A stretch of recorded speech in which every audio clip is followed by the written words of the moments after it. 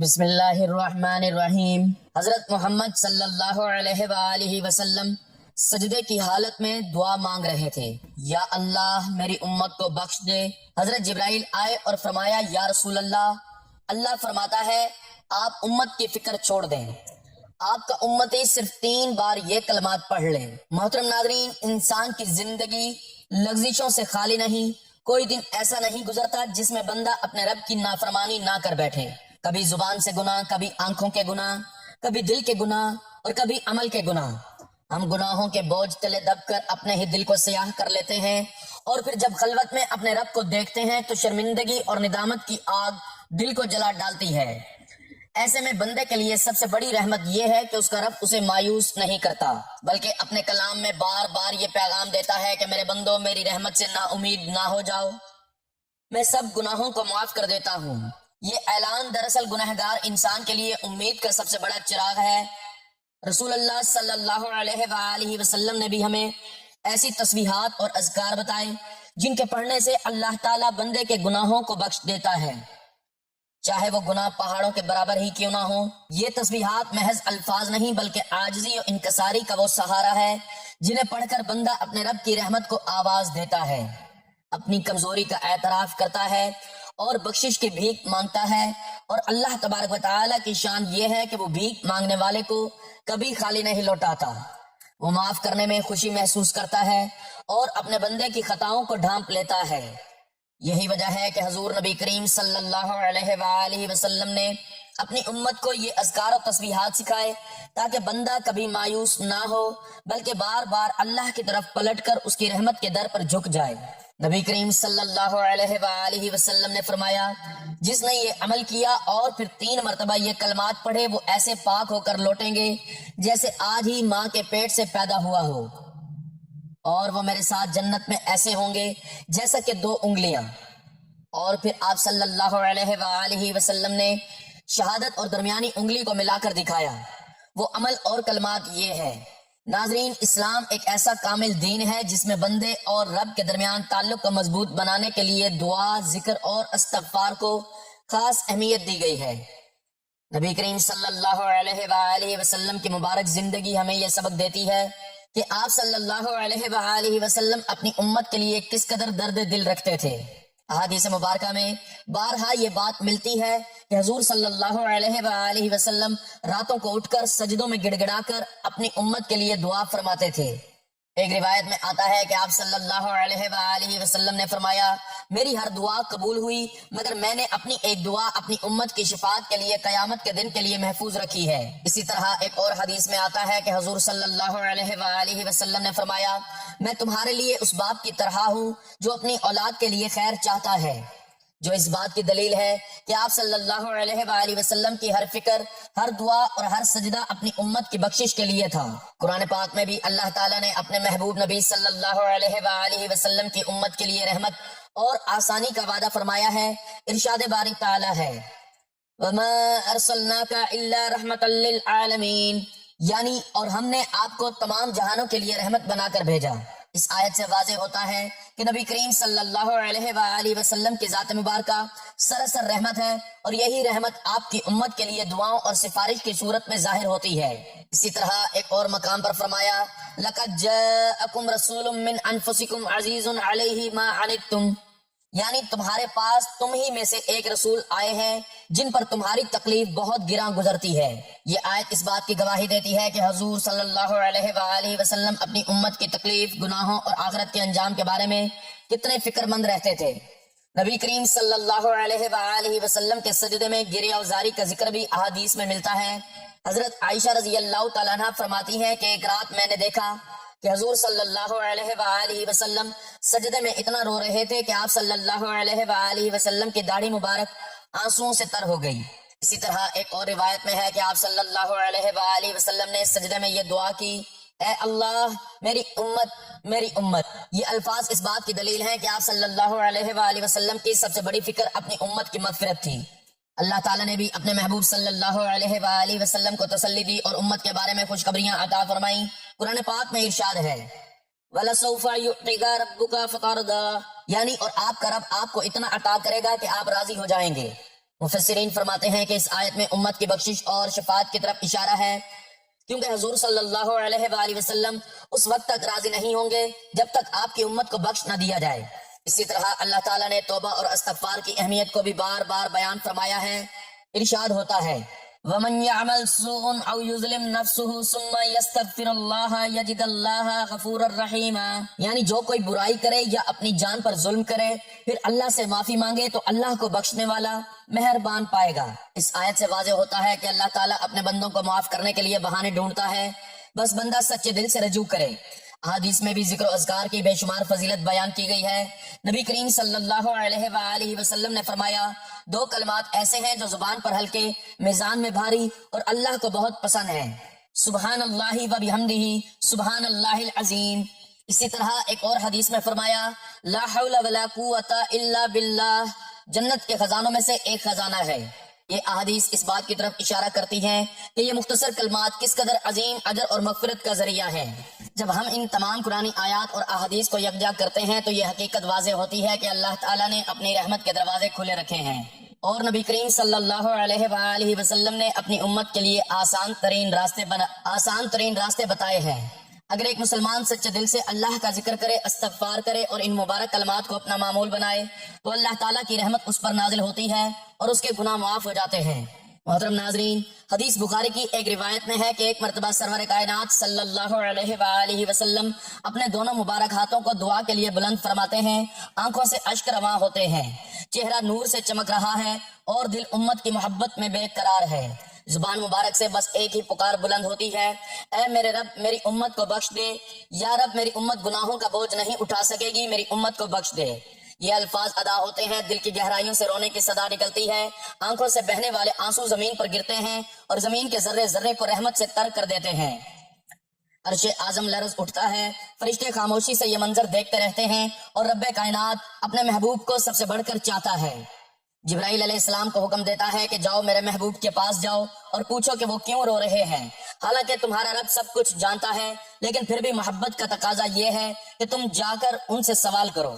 جبرائیل امین علیہ السلام نور کے پر کھول کر زمین کی طرف اترتے ہیں اور محمد صلی اللہ علیہ وآلہ وسلم کے پاس پہنچ کر عرض گزار ہوتے ہیں، یا رسول اللہ صلی اللہ علیہ وآلہ وسلم، اللہ تعالیٰ جو سب کچھ جاننے والا ہے اور جانتا ہے، پوچھتے ہیں کہ آپ کیوں رو رہے ہیں، مگر وہ چاہتا ہے کہ آپ خود بتائیں کہ آپ کا رونا امت کے لیے ہے،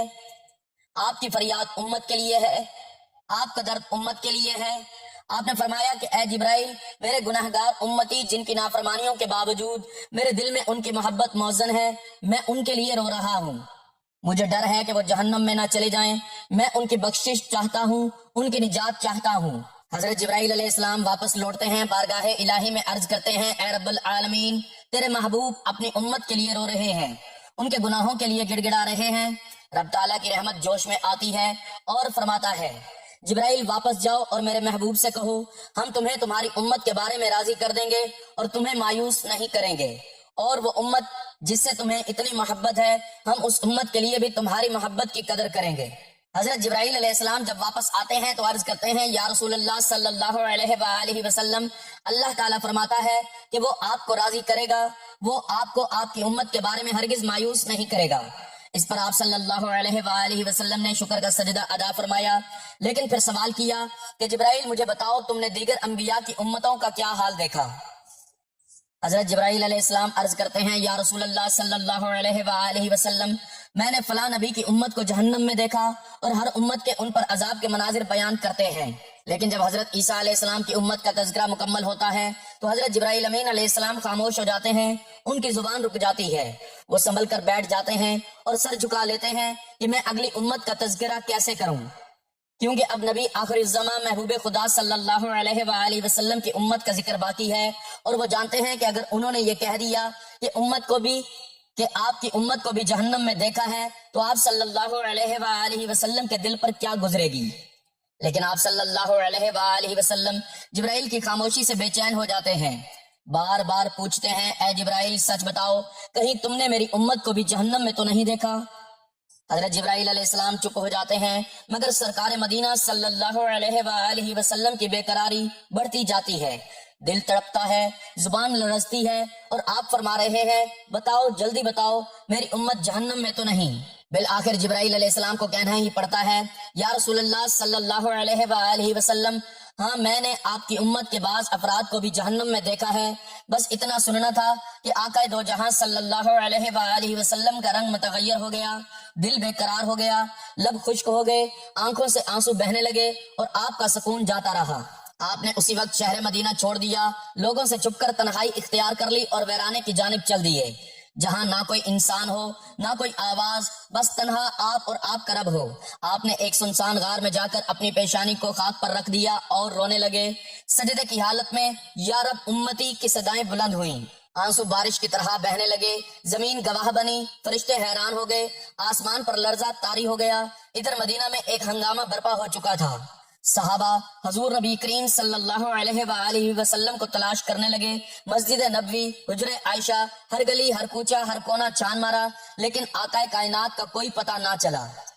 شہر میں کہرام سمجھ گیا، ہر چہرہ غمزدہ، ہر آنکھ اشک بار تھی، گھروں کے چولہے بجھ گئے، بازار ویران ہو گئے، اہل مدینہ کی نیندیں حرام ہو گئیں، بچے بلکنے لگے، بزرگ سسکنے لگے اور صحابہ کرام سرگرداں ہو گئے۔ 3 دن اور 3 راتیں یوں ہی بیت گئیں کہ اچانک ایک چرواہے سے ملاقات ہوئی۔ پوچھا آپ نے یہاں کسی شخص کو دیکھا ہے؟ اس نے کہا نہیں، میں نے کسی کو نہیں دیکھا، لیکن 3 دن سے ایک پہاڑ کے اندر سے کسی کے رونے کی آواز آ رہی ہے، ایسی آواز رونے کی ہے جو دل چیر دیتی ہے۔ میری بکریاں اس درد سے اتنی متاثر ہوئیں کہ چرنا چھوڑ دیا۔ اتنا سننا تھا کہ صحابہ کرام رو پڑے، اس غار تک پہنچے اور کیا دیکھتے ہیں کہ آقا دو جہاں صلی اللہ علیہ وآلہ وسلم خاک پر پیشانی رکھے سجدے میں ڈوبے ہوئے یا رب امتی کی صدائیں لگا رہے ہیں۔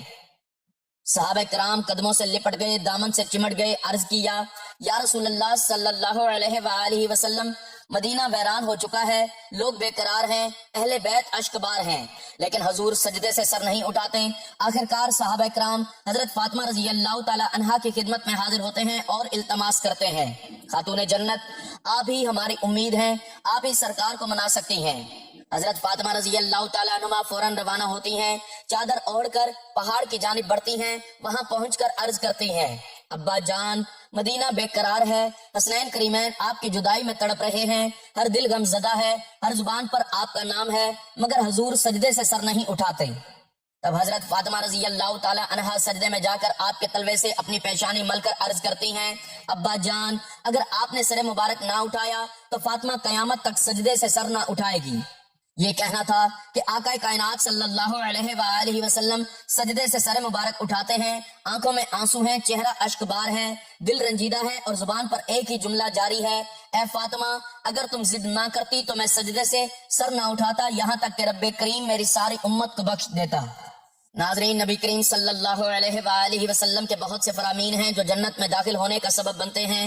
نبی پاک صلی اللہ علیہ وآلہ وسلم نے فرمایا جو شخص اللہ اور آخرت کے دن پر ایمان رکھے اور نیک اعمال کرے وہ جنت میں داخل ہوگا۔ نبی کریم صلی اللہ علیہ وآلہ وسلم نے فرمایا جس نے لا الہ الا اللہ محمد الرسول اللہ کہا وہ جنت میں داخل ہوگا۔ نبی اکرم صلی اللہ علیہ وآلہ وسلم نے فرمایا 5 نمازیں جمعہ سے جمعہ تک اور ان کے درمیان کیے گئے گناہوں کو معاف کر دیتی ہیں، بشرط یہ کہ کبیرہ گناہوں سے بچا جائے۔ حضور اقدس صلی اللہ علیہ وآلہ وسلم نے فرمایا صدقہ انسان کو جنت میں لے جاتا ہے اور گناہوں کو مٹاتا ہے جیسے پانی آگ کو بجھاتا ہے۔ حضور نبی محترم صلی اللہ علیہ وآلہ وسلم نے فرمایا جو شخص رمضان کے روزے ایمان کے ساتھ اور ثواب کی نیت سے رکھے گا اس کے تمام پچھلے گناہ اللہ معاف فرما دے گا۔ حضور اقدس صلی اللہ علیہ وآلہ وسلم نے فرمایا قرآن پڑھو کیونکہ قرآن قیامت کے دن اپنے پڑھنے والے کے لیے شفاعت کرے گا۔ نبی کریم صلی اللہ علیہ وآلہ وسلم نے فرمایا سب سے زیادہ کامل ایمان والا وہ ہے جس کے اخلاق سب سے اچھے ہوں۔ حضور اقدس صلی اللہ علیہ وآلہ وسلم نے فرمایا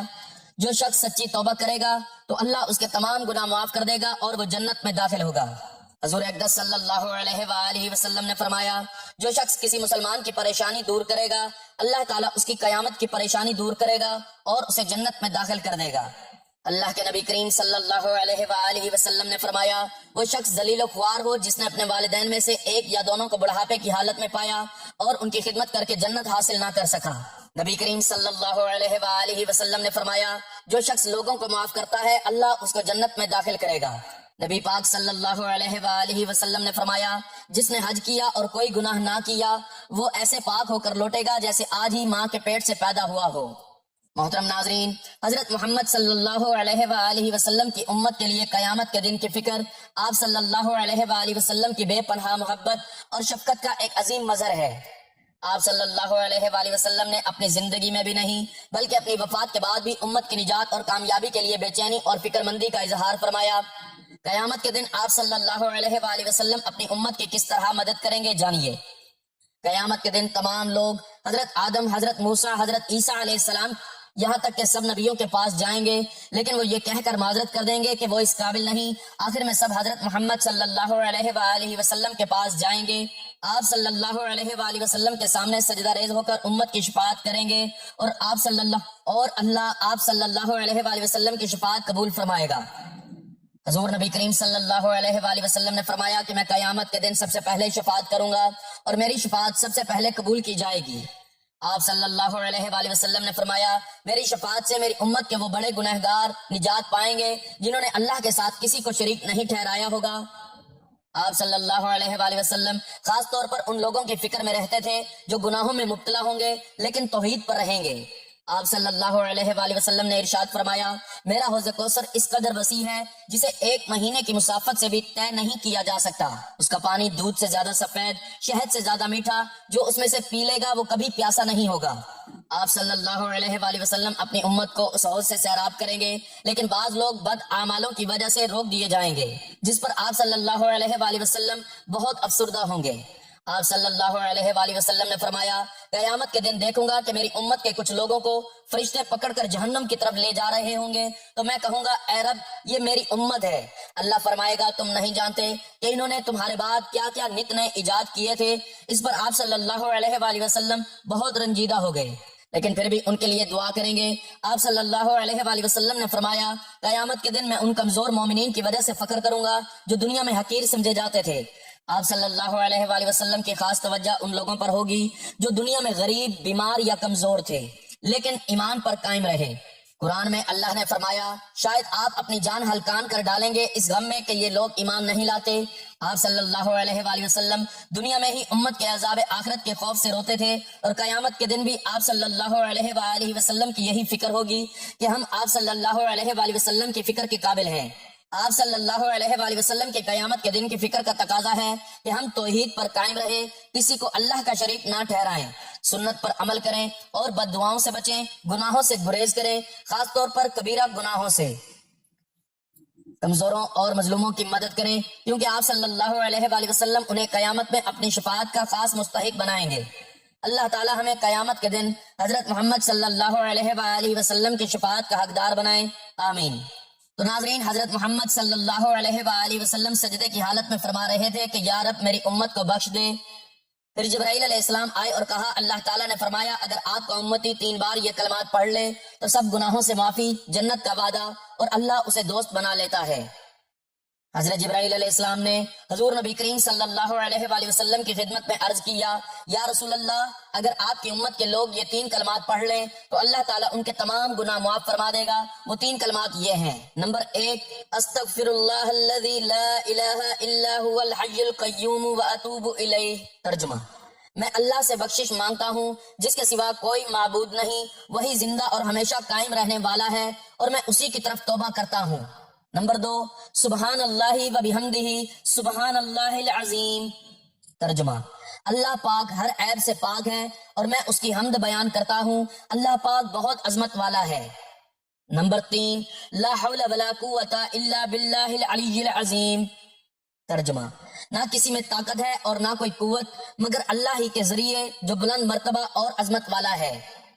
محدثین فرماتے ہیں کہ ان اذکار میں اللہ تعالیٰ کی توحید، تسبیح، حمد، استغفار اور توکل سب کچھ جمع ہے، اور یہی وجہ ہے کہ جبرائیل نے انہیں مغفرت کے کلمات کہا۔ محترم ناظرین، نبی کریم صلی اللہ علیہ وآلہ وسلم نے فرمایا جس نے یہ عمل کیا اور پھر 3 مرتبہ یہ کلمات پڑھے وہ ایسے پاک ہو کر لوٹیں گے جیسے آج ہی ماں کے پیٹ سے پیدا ہوا ہو، اور وہ میرے ساتھ جنت میں ایسے ہوں گے جیسے یہ 2 انگلیاں۔ پھر آپ صلی اللہ علیہ وآلہ وسلم نے شہادت اور درمیانی انگلی کو ملا کر دکھایا۔ وہ عمل اور کلمات یہ ہیں، نبی کریم صلی اللہ علیہ وآلہ وسلم نے فرمایا جو شخص 3 مرتبہ سچے دل سے یہ دعا کرتا ہے اے اللہ میں تجھ سے جنت کا سوال کرتا ہوں، نبی پاک صلی اللہ علیہ وآلہ وسلم نے فرمایا میں اور یتیم کی کفالت کرنے والا جنت میں ایسے ہوں گے جیسے یہ 2 انگلیاں، اور آپ نے شہادت اور درمیانی انگلی کو ملا کر دکھایا۔ حضرت ابو ہریرہ رضی اللہ تعالیٰ عنہ سے روایت ہے کہ حضور نبی اکرم صلی اللہ علیہ وآلہ وسلم نے ارشاد فرمایا اللہ تعالیٰ فرماتا ہے کہ میرا بندہ میرے متعلق جیسا گمان رکھتا ہے میں اس کے ساتھ ویسا ہی معاملہ کرتا ہوں، جب وہ میرا ذکر کرتا ہے تو میں اس کے ساتھ موجود ہوتا ہوں، وہ اگر دل میں میرا ذکر خفی کرے تو میں بھی اپنی شایان شان خفیہ اس کا ذکر کرتا ہوں، اور اگر وہ جماعت میں میرا ذکر جلی کرے تو میں اس سے بہتر جماعت میں اس کا ذکر کرتا ہوں، اگر وہ ایک باش تو میرے نزدیک آئے تو میں ایک بازو کے برابر اس کے نزدیک ہو جاتا ہوں، اگر وہ میری طرف چل کر آئے تو میں اس کی طرف دوڑ کر آتا ہوں۔ حضرت ابو درداء رضی اللہ تعالیٰ عنہ سے روایت ہے کہ حضور نبی اکرم صلی اللہ علیہ وآلہ وسلم نے فرمایا کہ میں تمہیں تمہارے اعمال میں سے سب سے اچھا عمل نہ بتاؤں جو تمہارے مالک کے ہاں بہتر اور پاکیزہ ہے، تمہارے درجات میں سب سے بلند ہے، تمہارے سونے اور چاندی کے خیرات سے بھی افضل ہے، اور تمہارے دشمن کا سامنا کرنے یعنی جہاد سے بھی بہتر ہے۔ صحابہ کرام رضوان اللہ تعالی علیہم اجمعین نے عرض کیا کیوں نہیں ضرور بتائیے، آپ صلی اللہ علیہ وآلہ وسلم نے فرمایا وہ عمل اللہ کا ذکر ہے۔ حضرت معاذ رضی اللہ تعالیٰ عنہ سے روایت ہے کہ ایک آدمی نے حضور اکرم صلی اللہ علیہ وآلہ وسلم سے پوچھا کون سے مجاہد کا ثواب زیادہ ہے؟ آپ صلی اللہ علیہ وآلہ وسلم نے فرمایا جو اللہ تبارک و تعالیٰ کا ذکر زیادہ کرتا ہے۔ اس نے دوبارہ عرض کیا روزہ داروں میں سے کس کا ثواب زیادہ ہے؟ آپ صلی اللہ علیہ وآلہ وسلم نے فرمایا جو اللہ تعالیٰ کا ذکر کرتا ہے۔ پھر اس نے ہمارے لیے نماز، زکوٰۃ، حج اور صدقے کا ذکر کیا۔ حضور نبی اکرم صلی اللہ علیہ وآلہ وسلم بار بار فرماتے رہے جو ان میں سے اللہ تبارک و تعالیٰ کا ذکر زیادہ کرتا ہے۔ حضرت ابو بکر صدیق رضی اللہ تعالیٰ عنہ حضرت عمر فاروق رضی اللہ تعالیٰ عنہ سے کہا اے ابو حفظہ اللہ تعالیٰ کا ذکر کرنے والے تمام نیکیاں لے گئے۔ رسول اللہ صلی اللہ علیہ وآلہ وسلم نے فرمایا بالکل درست ہے، ذکر اللہ کی اہمیت، اللہ رب العزت ساری کائنات کا خالق و مالک، اور دن رات اللہ پاک نے بنائے، یہ کائنات اللہ پاک نے بنائی ہے، اللہ پاک کے حکم سے یہ کائنات وجود میں آئی، اور اللہ رب العزت جب چاہیں گے یہ کائنات فنا ہو جائے گی، اللہ رب العزت کے سوا کوئی بھی نہیں رہے گا۔ اس دن اللہ پاک اپنی قدرت کا، اپنی شان کا اظہار کریں گے اور فرمائیں گے آج کس کی حکومت ہے؟ مالک یوم الدین۔ جب کوئی جواب دینے والا نہیں ہوگا اللہ رب العزت خود ہی جواب دیں گے آج وہ واحد وحدہ لا شریک کی حکومت ہے جس کی صفات میں کوئی شریک نہیں ہے، اس کی حکومت ہے۔ اللہ تعالیٰ کا نام کائنات کی روح ہے، اللہ کے نام کی بڑی عظمت ہے۔ جب تک ایک اللہ کا بندہ بھی ایسا رہے گا جو صرف اللہ کا نام لے گا اللہ پاک اپنے نام کی برکت سے اس دنیا کے نظام کو چلائے گا، اور جب وہ اللہ اللہ کہنے والا واحد بندہ بھی دنیا سے رخصت ہو جائے گا تو پھر اللہ پاک اس دنیا کے نظام کو لپیٹ لیں گے کہ اب میرا نام لینے والا کوئی نہیں رہا، اب یہ دنیا بے مقصد ہو چکی ہے، بے فائدہ ہو چکی ہے۔ تو ناظرین محترم وقت کی نزاکت کو مد نظر رکھتے ہوئے چلتے ہیں عمل کی جانب، اور آپ کو بتاتے ہیں کہ آپ نے کن کلمات کو کتنی تعداد میں اور کس ترتیب سے پڑھنا ہے۔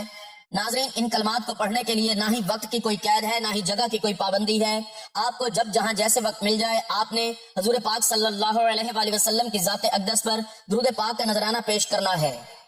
درود پاک آپ مختصر سا بھی پڑھ سکتے ہیں، لیکن درود ابراہیمی کی فضیلت بہت زیادہ ہے، اس لیے ثواب کے طور پر ایک مرتبہ میرے ساتھ بھی درود پاک پڑھ لیں۔ اللہم صلی علی محمد وعلی آل محمد کما صلیت علی ابراہیم وعلی آل ابراہیم انک حمید مجید، اللہم بارک علی محمد وعلی آل محمد کما بارکت علی ابراہیم وعلی آل ابراہیم انک حمید مجید۔ ناظرین درود پاک پڑھنے کے بعد آپ نے اللہ تعالیٰ کی رضا حاصل کرنے کے لیے اور اپنے گناہوں کی بخشش کروانے کے لیے اللہ تعالیٰ کی طرف سے